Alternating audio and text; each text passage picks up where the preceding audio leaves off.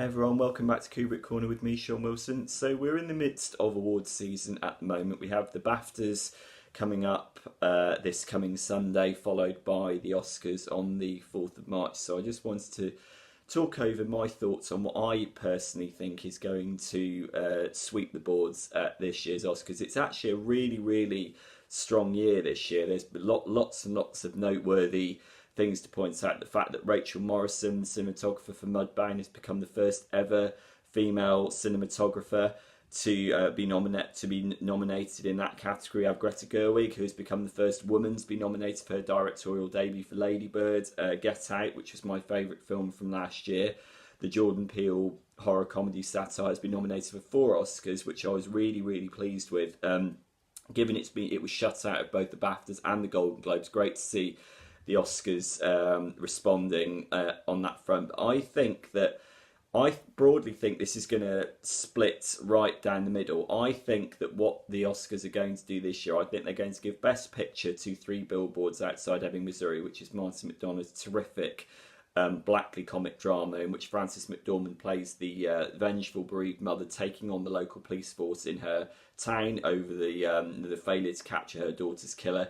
It's a really literate, really witty, really richly written movie, and for that reason I also think it's going to get Best Original Screenplay as well. I think it's going to get Best Picture because it encapsulates a lot of what Hollywood has been talking about at the moment. It's about diversity, it's about gender representation, it's about disillusion in authority, and there was lots and lots being spoken about this upon its release at the end of last year and into this year. I think that the Oscars like to give Best Picture to a kind of magnanimous winner, and I think in this instance Three Billboards is going to get that. So Best Picture, Best Screenplay. I also think Frances McDormand is going to get Best Actress purely off the back of the extraordinary critical reception that she's received, and she deserves it. I also think enough of a gap has gone between her first win for Fargo, which was released in 1996, and now. And the Oscars like to award people who have maybe sort of won once and then have maybe gone on the back burner a little bit. This is Frances McDormand's time to emerge back into spotlights. Best Picture, Best Original Screenplay, Best Actress. Best Director, I think, is going to go to Guillermo del Toro for The Shape of Water. I think because del Toro has never been nominated for Best Director before, which is really quite shocking. And I think, again, similar with Frances McDormand, this is his time now. He now joins that coveted collective of Mexican filmmakers, including Alejandro González Iñárritu and Alfonso Cuarón. I think they call themselves the Three Amigos, and I think Del Toro sort of commands such a respect from both genre fans, like audiences, and also from critics as well. I think there is that wellspring of goodwill towards him, and I really do think he's going to get this. Added to the fact that The Shape of Water is so obviously a love letter to the language of cinema as a whole, and Hollywood loves doing that. You only need to look back at things like The Artist. Hollywood loves self-reflexive movies about movie making, and The Shape of Water is embalmed in that. I think it's a movie about movie making. Sally Hawkins' central character Eliza lives above a cinema. It's pitched, as Del Toro says, as Creature from the Black Lagoon, if Creature from the Black Lagoon got the girl. So it's such a wonderfully cine literate movie, and I think that's going to get Best Picture.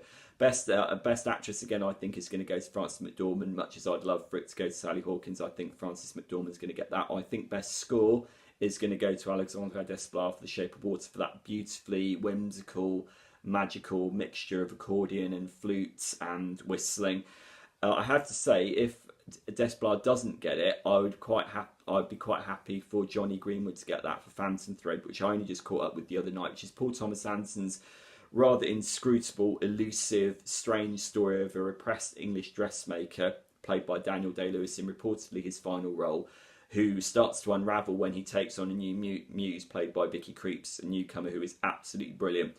I thought the film was challenging and interesting, if a bit emotionally distant, but I would be very happy if that got Best Original Score. I don't think that's going to get anything else. I don't think Daniel Day-Lewis is going to get Best Actor for that.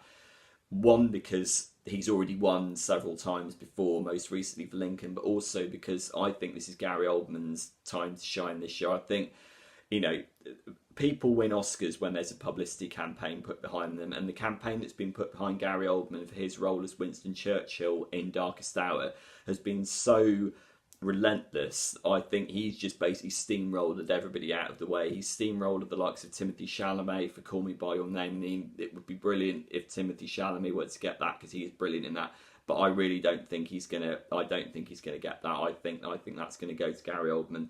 So I think, that's a lot of the major categories that are sort of squared away at the moment. I think it really is going to be a fight between Three Billboards and The Shape of Water.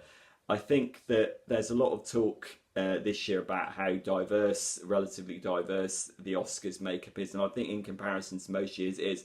I really hope that this isn't just a knee-jerk reaction, though. I hope that the Oscars aren't just sort of fulfilling what they see as their diversity quotas this year and then fall back into their sort of tedious habits next year. I mean, the interesting thing is this year, the likes of Steven Spielberg's movie The Post has been almost completely overlooked. That's only been nominated for 2, which is very unusual for a heavyweight Steven Spielberg movie starring Tom Hanks and Meryl Streep. But clearly that didn't ignite the passion of Oscar voters this year, which is a shame because I thought that film was terrific.